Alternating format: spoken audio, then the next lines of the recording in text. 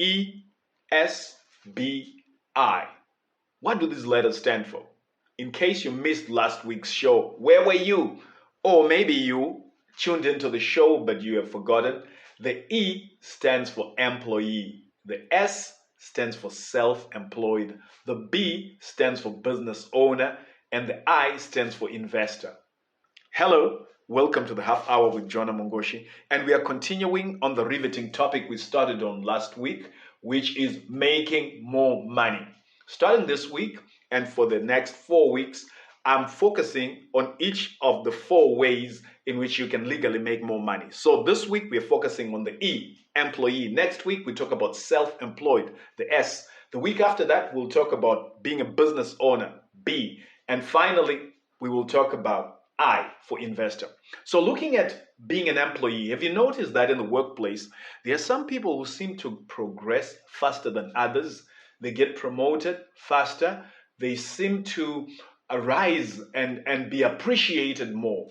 And the question is, what is it that these people have that the rest of us don't have? What is it that they do? Is it because they've got some magic, they've got some charm? And I'm talking of situations where people are being promoted on merit based on their actual performance and productivity.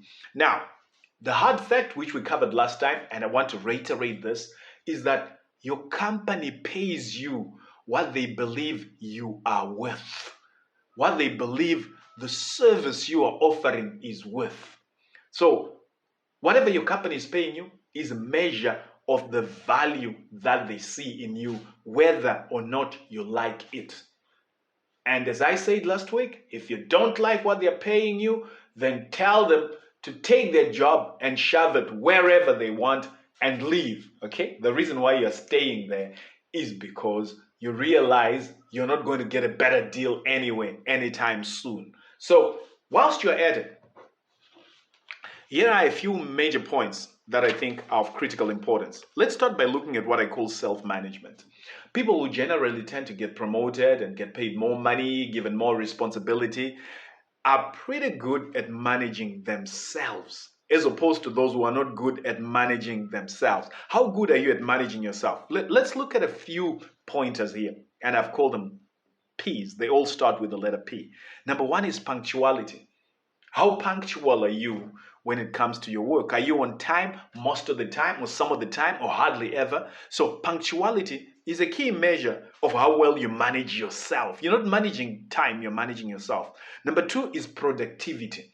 How much do you actually produce? So if you are making gadgets, if you are covering certain areas of work, if you were to measure in quantifiable terms, how much are you doing compared to how much others are doing, right? So that's productivity.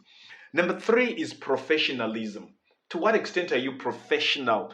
Do your employers get regular complaints about your work? Do other staff members complain about you? Do you indulge in behavior that is questionable, where maybe your integrity is questionable, you're not very trustworthy, you're not reliable? So professionalism is important. Number four, well, I couldn't come up with a P word, but there is a P there, self-promotion. People who tend to get promoted self-promote. In other words, they are not shy to tell others what they've achieved and what they do. They do not hide away from getting credit for what they've done. So you must be a good receiver to say, yes, I did that. Thank you for telling me that I've done a great job. And I appreciate that. And then number five, they know how to relate with people. So I put this as people relationship. How well do you relate with other people? At the end of the day, the rate at which you rise in the corporate world or in any setting where you're employed by somebody else depends not only upon what you do and what you produce, but also how you relate with other people. And finally, I've put profile, your image, how you dress, how you speak, how you carry yourself. Do you show that you value yourself? Because if you value yourself, it's much easier for other people to value you. So let's go over those points again of self-management. Punctuality, that is being on time. Productivity, that is performance, how you perform your work, what you're producing. Professionalism is your conduct. Is it professional? Self-promotion, do you share with other people what you have done? Are you shy to mention that you have achieved something when you actually have, and you let other people get credit for it? People relationships. How well do you relate with other people? Do you have healthy relationships with those you work with, whether they be your peers at the same level, or they are subordinates who work under you, or they are seniors that you report to? And finally, profile, the image that you have, the way you carry yourself, your etiquette, your grooming, the hairstyle you've got, the clothes that you wear, the cleanliness, all those contribute towards rising as an employee and earning more money. So if you want to find out more, stay tuned. I will be giving you more information on the other side.